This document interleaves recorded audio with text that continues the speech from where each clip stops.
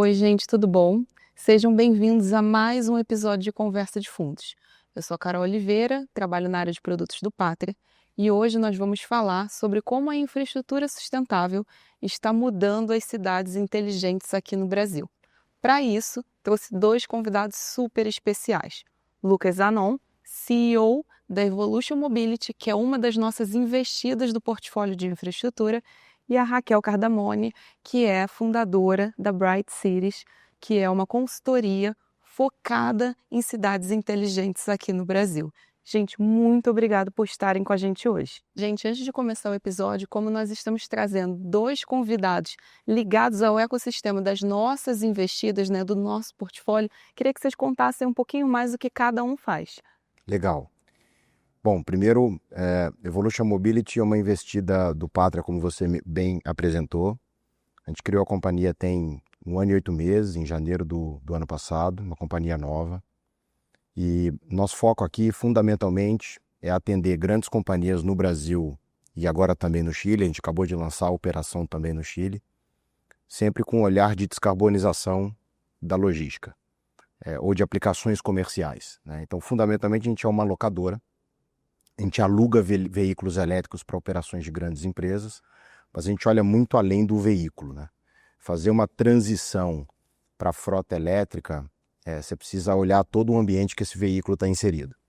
Tem desafios ligados à infraestrutura de recarga, que a gente também desenha e soluciona, e obviamente também tem o desafio de capacitação das pessoas que estão nessa operação para lidar com um veículo que é diferente, uma tecnologia diferente que é o veículo elétrico. Bom, eu sou Raquel Cardamone, né? Sou especialista no tema de cidades inteligentes. O que a gente faz na Bright Cities, a gente consolida dados, uma plataforma para entregar diagnóstico para a gestão pública. Basicamente, a gente tenta fazer com que a gestão pública absorva mais dados e direcione, né, a tomada de decisão, muito mais na questão da performance, de onde as cidades precisam melhorar na área de saúde, de educação, de gestão pública. Mas vamos exemplificar um pouco para não ficar uma coisa tão, né, aberta.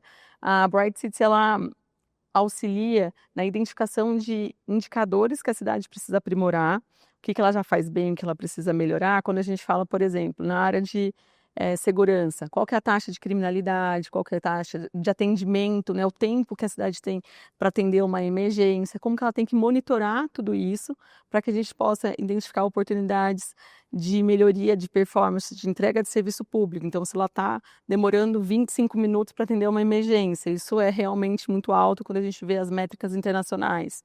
Então, o que ela tem que fazer ali? Ela tem que ter um sistema de mobilidade, ela tem que ter um controle maior desses dados internos da prefeitura para ter uma identificação com bombeiro, polícia, integração de dados, para que ela possa reduzir esse tempo, que hoje é de 25 para 5 minutos, e ser mais assertivo, né, no atendimento aí do cidadão. Então, a gente analisa indicadores, analisa dados públicos, vai lá, consolida da IBGE, DataSUS, tudo que a gente tem hoje no Brasil são mais de 50 fontes de dados, e a gente transforma num diagnóstico rápido e fácil para o gestor público identificar onde ele pode melhorar, onde ele deve, né, aplicar no plano estratégico da cidade para melhorar a performance, focando sempre em entregar mais qualidade de vida e eficiência na entrega dos serviços públicos. Super bacana, gente. Acho que quando você olhava 20, 30, 40 anos atrás e a gente falava de infraestrutura, a gente estava muito mais focado em resolver problemas, digamos assim, né, mais básicos, mas até óbvios do ponto de vista da financista aqui. Então a gente falava, saneamento, rodovia, iluminação pública, mas agora a infraestrutura sustentável, ela está muito mais ligada, né, a essa questão relacionada da otimização. Onde que vocês acham que tem essa diferença, né, da infraestrutura dita tradicional para a infraestrutura agora que a gente vem debatendo e que está muito unida à sustentabilidade? Legal. Em cima da tua provocação, vou dar um pouco do que a gente tem tido de discussões com grandes empresas, clientes nossos, né? As empresas fizeram movimentos aí nos últimos anos, últimos 10 anos, em coisas mais óbvias, quando a gente tem esse olhar de descarbonização, esse aspecto mais social, migração de fontes de energia renováveis, negociações de contratos para ter essas fontes de energia em mercado livre, coisas desse tipo. Mas para se ter o objetivo de net zero, que muitas companhias declaram como objetivo público, fundamentalmente precisam ser tratados elementos que estão mais ligados ao core, da companhia e da infraestrutura das grandes cidades. Um deles é a logística, né, que é onde a gente está muito inserido ali. E não é tão trivial você movimentar a tua operação, que muitas vezes é core logística, para uma nova tecnologia, né?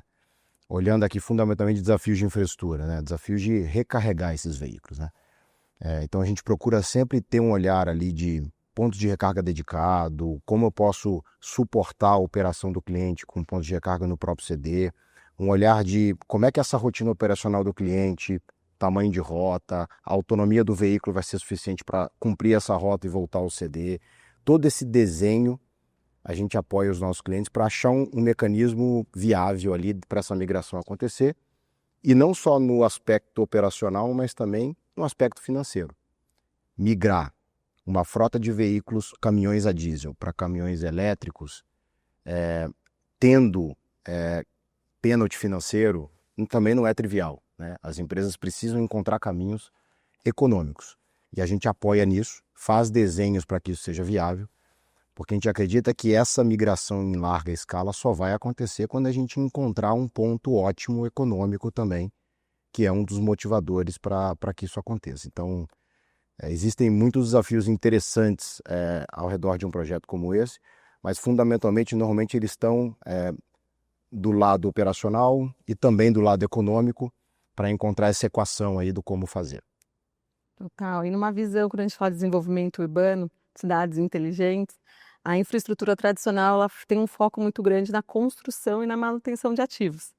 Enquanto quando a gente fala da infraestrutura inteligente, vamos dizer assim, ou mais sustentável, ela também incorpora a questão da inovação, da tecnologia, de dados, para ter uma construção muito mais abrangendo também a questão do impacto social, ambiental. Então tem, né, um aspecto muito mais amplo, e muito mais focado da gente entregar qualidade de vida nas cidades. Então acho que essa é a grande diferença, né? Não está simplesmente na construção daquele ativo, mas também na construção de que ele seja resiliente, que ele seja sustentável. Então é mais amplo.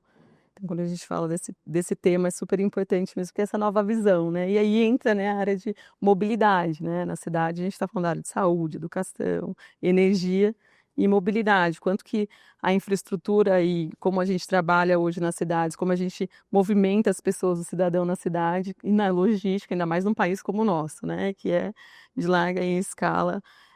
Como que a gente faz isso de fazer uma maneira melhor, uma maneira mais sustentável, uma maneira que impacte menos, que a gente tenha, né, menos impacto ambiental. Então aqui acho que casa muito bem, né, com essa solução que hoje é uma investida aí do Pátria. Eu vou pegar um gancho aqui até do que você falou, Raquel, vou começar com você dessa vez, que acho que a gente mudou para esse modelo mais sustentável da infraestrutura, mas um grande propulsor da gente ter esse novo olhar é a tecnologia.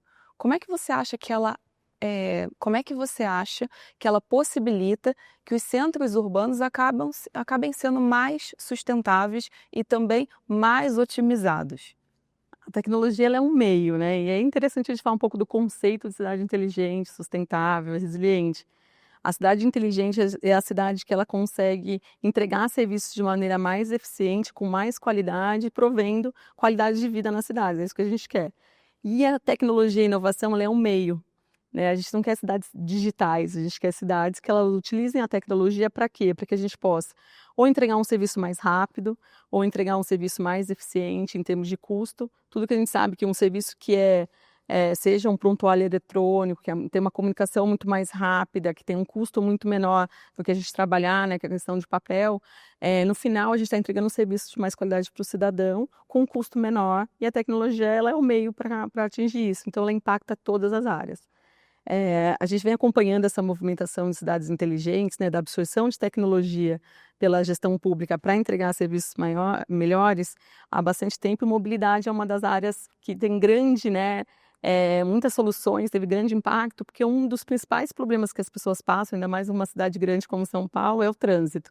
É o tempo que você perde de qualidade da sua vida no trânsito. Então, e o impacto ambiental disso, né? Então, como que a gente pode usar a tecnologia para isso? E aí, tem muitos sistemas de gestão de dados que hoje a gente consegue identificar exatamente como que a gente melhora tudo isso, a questão de mobilidade compartilhada.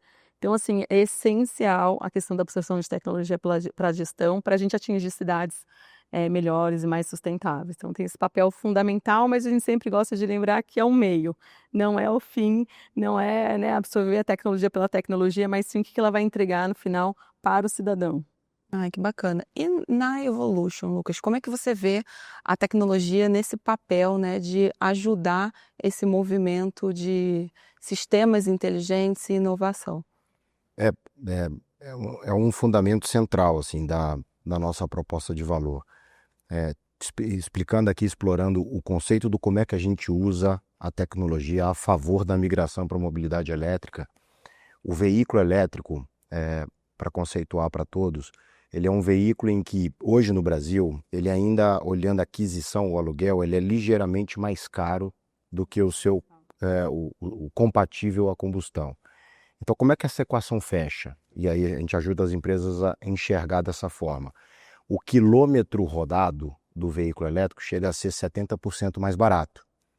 Quando você compara o custo de energia elétrica com o custo de combustível, custo da manutenção do elétrico, que é muito mais simples e barato comparado ao veículo a combustão, cada quilômetro que você roda, você economiza no quilômetro rodado 70%. Então você precisa ter um olhar de migração para o veículo elétrico com uso intensivo. O ativo precisa cada vez mais ser utilizado. Toda vez que a gente entrega uma frota para um grande cliente, vai junto, embarcado no veículo, telemetria avançada. Qual é o objetivo de ter telemetria avançada? Primeiro, você consegue fazer uma gestão do uso do ativo. Você consegue todas as informações a respeito do que está sendo feito com aquele ativo. Rotina de recarga, quantos por cento de bateria ele saiu para a rota, quantas rotas por dia, se a condução do motorista foi adequada ou não. Que se a condução não é adequada, você vai deixar de economizar energia. Quanto mais você tem uma condução agressiva, mais energia o veículo gasta. Então tem um aspecto, um pilar importante de gestão, tem o pilar também de gestão desse ativo, manutenção ser cada vez mais preventiva, você entender o momento ótimo de parar o veículo para fazer qualquer tipo de manutenção, tudo isso a gente consegue monitorar pela telemetria. E tem o terceiro elemento, que é treinar as pessoas. Você sabe como cada um está conduzindo, a rotina de recarga adequada ou não está. Então, a gente consegue ajudar o cliente a capacitar naquilo que tem oportunidades, olhando esse comportamento através da telemetria. Então, esse é um exemplo aqui para mostrar que, sem a tecnologia a favor da gestão, você não consegue extrair numa migração para elétrico o que o elétrico pode te dar de melhor, que é cada vez usar mais. Quanto mais você usa, Do retorno, né? mais você tem retorno econômico. É muito legal, ele deu vários exemplos como a tecnologia ajuda, né, a fazer a mensuração. Imagina essa aplicação de todas essas possibilidades que a gente tem com a geração de dados, que basicamente foi o que monitorar dados, a gente consegue na gestão pública. Então essa é a ideia de como a gente aplica isso. Então como a gente pode gerir melhor a questão de criminalidade, usando, né, tecnologias, sensores e sistemas para ter toda uma vigilância maior, isso na área da saúde, da educação. Então, assim, é um mundo de possibilidades e conversa com o setor público, o privado, né, com as empresas, de como que a gente pode, né, trocar essas informações e aí conseguir mais eficiência. No final, é o que a gente está buscando. E Raquel, você tinha até falado, antes da gente começar a gravar, você estava contando que tem 3 ISOs que fundamentam, assim, eu tenho indicadores e eu consigo partir de um norte e comparar as cidades em si para eu saber onde eu posso melhorar e onde eu devo manter e até o que eu devo descontinuar. Não tem, e assim, a gente sempre pergunta, né, o que é uma cidade sustentável? Como que eu posso dizer se minha cidade é inteligente, ela é sustentável e ela é resiliente? Então, a gente tem hoje uma normativa internacional, uma norma ISO, são 3 normas ISO de cidades sustentáveis, inteligentes, resilientes, e que ela diz o que a cidade precisa avaliar, né, da sua performance para dizer, estou indo no caminho de ser mais sustentável. Então, tem o básico da cidade sustentável, que é a infraestrutura, é a parte de saneamento, de água, qualidade do ar, saúde, educação básica que a gente tem de serviços públicos. E aí eu vou agregando também outras métricas, como de cidades inteligentes, que eu falo mais na parte de infraestrutura de telecomunicações, mais na parte de tecnologia. Então eu passo de ter um semáforo que funciona para um semáforo inteligente, que ele vai né, ou diminuir ou aumentar o tempo que o sinal fica vermelho, dependendo se tem carro ou não ali. Então a gente pode ganhar tempo e aí o carro que está ali parado, às vezes a gente está no sinal parado e não tem nenhum carro do outro lado. Você fala, meu, poderia estar no sinal verde. Inteligência, isso tem já hoje nos dados como semáforo, então a gente vai melhorando e aprimorando até a gente chegar em cidades resilientes, que é o quanto que a cidade está preparada para os efeitos climáticos, para os impactos como a gente teve da pandemia. Então, quando a gente teve a pandemia, a grande maioria das cidades não estavam preparados com o número de leitos, não estavam preparados com diversas coisas. O quanto que a gente está tendo cada vez mais impacto climático e preparar as cidades para não passar o que passou, né, o pessoal do Sul. Então, usar essa tecnologia para isso.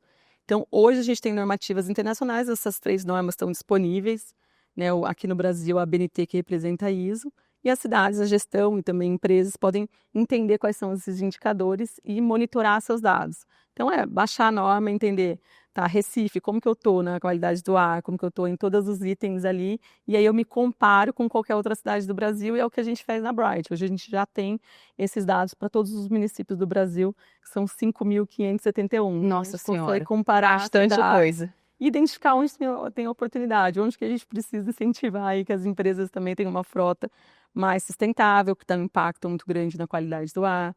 Então, são todos indicadores, então tem padronizado, normatizado, a gente já sabe o que a gente tem que olhar e o que eles têm que medir.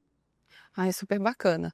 E, Lucas, voltando para você, eu acho que sempre tem aquela coisa de, putz, eu entendi o que é uma cidade inteligente, eu entendi que a frota elétrica, ela no longo prazo, ela se converte, mas sempre tem a questão do impacto financeiro, do retorno financeiro. Então, como é que vocês tentam equilibrar, né, esse tripé de entendi, eu vou trazer eficiência também para os meus clientes, mas existe uma questão financeira num curtíssimo prazo. Como é que vocês conseguem fazer isso com os clientes da Evolution?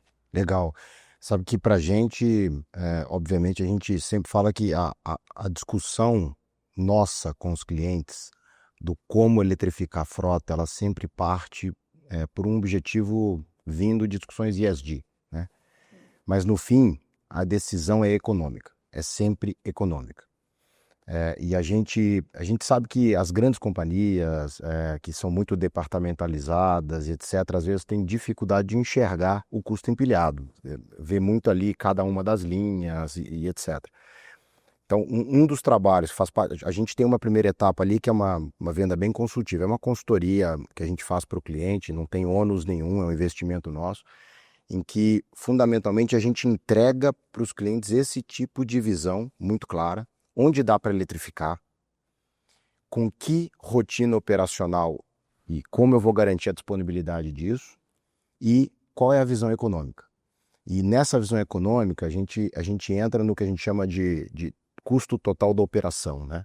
Você tem que pegar quanto eu vou pagar no aluguel desse veículo comparado a quanto eu pago no aluguel ou no meu custo de capital para comprar um veículo similar à combustão, quanto eu vou gastar de combustível comparar com quanto eu vou gastar de energia, quanto eu vou gastar de manutenção dos dois lados, faz uma conta inteira para que a gente consiga demonstrar claramente de que realmente tem um caminho econômico, tem uma decisão econômica a ser tomada na migração para uma frota elétrica. E tem sido assim que a gente tem conseguido engajar grandes companhias no Brasil a fazer projetos de migração para veículos elétricos. E você sabe que depois que a migração acontece, tem outros aspectos que são mais qualitativos, que não entram ali no momento da decisão, mas que o cliente percebe quando ele executa essa migração. Vou pegar um exemplo simples. Para quem já morou ou mora perto de um supermercado, num bairro, um caminhão a diesel fazendo o processo de descarga na doca desse supermercado e você no seu apartamento, tem um ruído absurdo, porque o ruído sobe, o veículo elétrico não tem ruído. Então, para quem está no ambiente, o veículo elétrico tem um qualitativo importante, muito mais agradável. E você imagina para quem está dirigindo, o motorista, a jornada dele dentro de um caminhão ou de uma van, chega a 12 horas, 10 horas, 8 horas.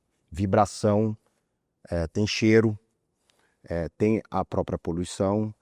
E quando ele senta num elétrico que não tem ruído nenhum, não tem vibração, não tem cheiro, isso gera para as pessoas qualidade de vida. Então, o engajamento de que está envolvido nessa operação é natural. Provavelmente produtividade também. Produtividade, porque obviamente você não tem essa restrição do ruído, você consegue esticar um pouco o processo de abastecimento de uma loja. Então, existem aspectos que obviamente não estão ali na decisão, que é muito econômica, mas que ao executar essa migração, o cliente percebe e isso impulsiona ele a escalar esse projeto de frota elétrica também, né? Então, isso está muito ligado também ao social, que eu acho que é um fundamento muito importante. Muitas empresas hoje usam a sua frota elétrica, que não é 100% da frota, né? É uma jornada, você não migra tudo de uma vez, você vai fazendo isso aos poucos.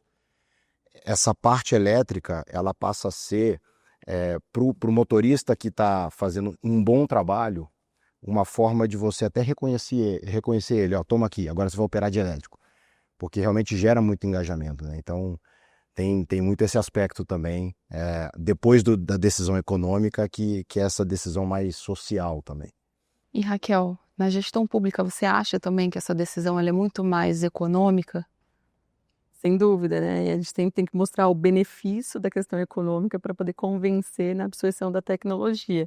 Mas hoje tem uma pressão também, né, da população, tem uma pressão também dos gestores públicos em entregar a questão de qualidade de vida, né?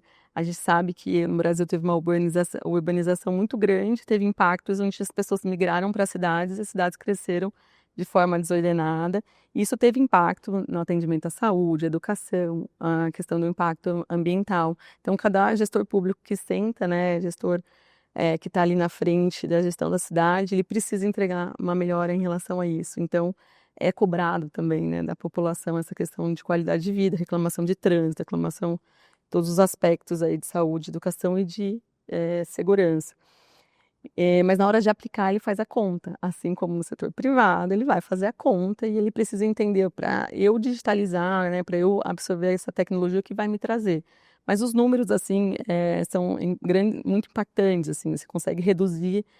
Se tem, por exemplo, vamos dizer, uma inovação na iluminação pública, trocar uma lâmpada para lâmpada de LED. Normalmente a gente tem impactos de 60% de redução de custo naquela prefeitura. Então, assim, toda a inovação, né, e tecnologia, ela pode ter um investimento, mas ela traz, a conta é feita, mas sempre tem muitos benefícios. Um serviço que é oferecido de uma maneira presencial, ele passa a ser digitalizado, não precisa fazer com que o cidadão vá até a prefeitura, faz tudo no aplicativo, isso tem um custo muito menor, muito mais rápido. Então a conta, eles também fazem a conta e mostra, né, a importância na gestão pública, o orçamento é limitado. Então aí fica também investimento também tem que ser muito bem aplicado e tem que estar muito bem embasado no retorno desse investimento. Então, também gestores hoje que são gestores mais profissionais, gestores que têm uma gestão mais técnica, embasada em dado, embasado em investimento versus retorno, né, versus investimentos, também olham isso. Olhando para o futuro, gente, o que vocês pensam que a gente vai ter de cidades inteligentes, né? E o que são oportunidades e também riscos dentro desse olhar de futuro que a gente está tendo? Eu posso falar um pouco da visão ali do tema de cidades inteligentes, assim, a gente vem há 10 anos já falando bastante sobre o tema, isso no Brasil, mais fortemente. A gente tem todo ano uma feira internacional sobre o tema de cidades inteligentes, vai ser agora em Barcelona em novembro, e a gente tem muitos gestores públicos que vão. É o principal, acho que, ponto que a gente tem visto no último ano, não só na gestão pública, mas no mundo todo, é a questão da inteligência artificial. Então, isso também está sendo aplicado em como a gente atende o cidadão utilizando, quando a gente usa, né, a inteligência artificial para a leitura dos dados, a leitura dos sistemas e consegue entregar serviços melhores. Então, acho que grande movimentação aí do futuro é usar cada vez mais. Então, a gente já tem gestores aqui, cidades que estão utilizando a inteligência artificial. Você comentou um pouco antes também no investimento do Rio de Janeiro, que quer ser, né, o grande hub aí, de inteligência artificial nos serviços públicos. Então, isso vai ser bem disruptivo para as cidades. E com o que a gente vai ver em relação a resultados?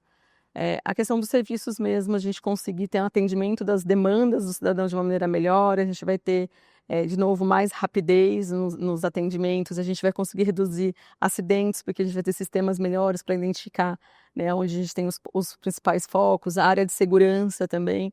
Então, a grande transformação, acredito que está vindo com a absorção da inteligência artificial nos sistemas E a inovação, a tecnologia, ela vai desenvolvendo e vai criando, vai se tornando mais barata, vamos dizer. Então, antigamente, sensores que cidades, né, de inundação, de diversas câmeras e sistemas que hoje são super modernos, têm um custo muito mais acessível. Então, isso também faz com que as cidades consigam ser mais tecnológicas, cidades que antigamente não conseguiriam por conta do custo. Então, acho que a gente vai ver uma grande transformação aí na gestão pública.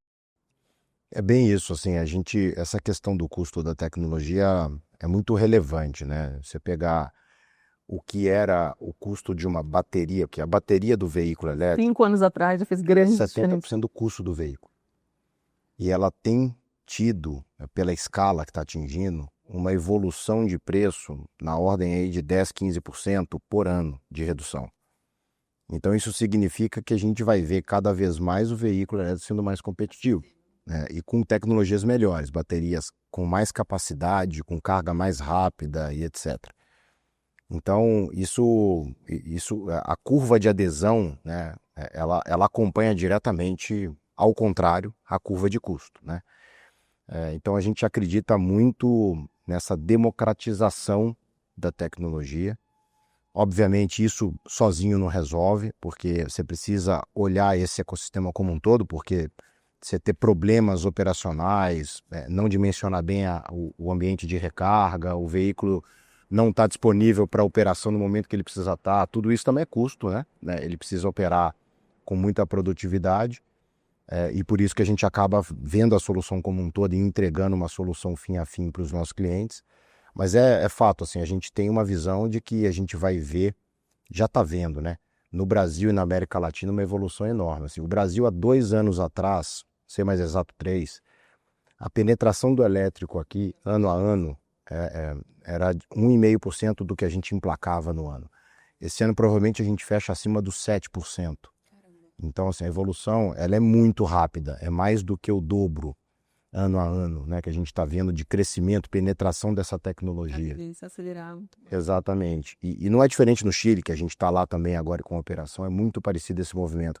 Na China, que está à frente, já chega hoje a 45%, 50% dos emplacamentos já são veículos elétricos. Então, a gente vai ver, estou dando exemplo aqui do elétrico, mas obviamente nesse ambiente de inteligência e de ter as cidades usando cada vez mais tecnologia a favor da descarbonização, da produtividade, da melhoria do ambiente social ali para todos, a gente tem uma visão de que isso vai se acelerar muito agora, nos próximos anos, em função da escala e da democratização dos valores que envolve o uso dessa tecnologia. E é interessante porque a questão, né, do número de veículos com baixa emissão é um indicador de cidade sustentável. Exato. Então, para uma cidade ser sustentável, ela tem que monitorar esse indicador e ela tem que acelerar essa transformação enquanto a gente tem essa migração, né, para veículos híbridos ou veículos elétricos. Então, é um indicador que a própria gestão municipal ela também tem que incentivar. Exatamente. Em relação a esse papel. E aí vocês estão incentivando na parte de logística e vai ter um impacto naquele indicador de número de veículos, e no indicador de qualidade do ar, e aí no indicador de poluição sonora, que é outro indicador que a gente avalia em cidades, a questão de poluição sonora. Então, olha como a gente vai bem, né, conectando cada um deles, e todos estão envolvidos por tecnologia, né? Gente, é super interessante. Eu acho que a gente trouxe hoje, né, a sustentabilidade para o centro do debate. E eu acho que é muito legal a gente começar a trazer as investidas, porque a gente começa a mostrar, né, como que a gente une a sustentabilidade, a nossa visão de longo prazo e também retorno financeiro para toda essa equação e melhorando também a vida dos cidadãos, seja do Brasil ou da América Latina. Queria muito agradecer em nome do Pátria, aqui, em nome a todo mundo que acompanha o Conversa de Fundos, a presença de vocês hoje. Foi um prazer. Acho que agora todo mundo vai saber um pouco melhor do que são as cidades inteligentes e de como a gente está contribuindo para isso. Muito obrigada. Muito obrigado. Obrigada.